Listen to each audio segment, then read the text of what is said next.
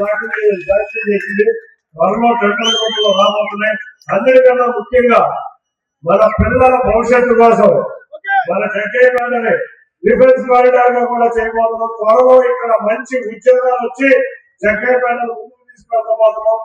వీటికి తోడు Hyderabad Vijayawada national highway 6 lane లో జగ్గయ్యపేట ప్రముఖ పాత్ర పోషించబోతుంది. ఇవాళ కోడాల జగ్గయ్యపేట రోడ్డు కూడా శాంక్షన్ అయింది.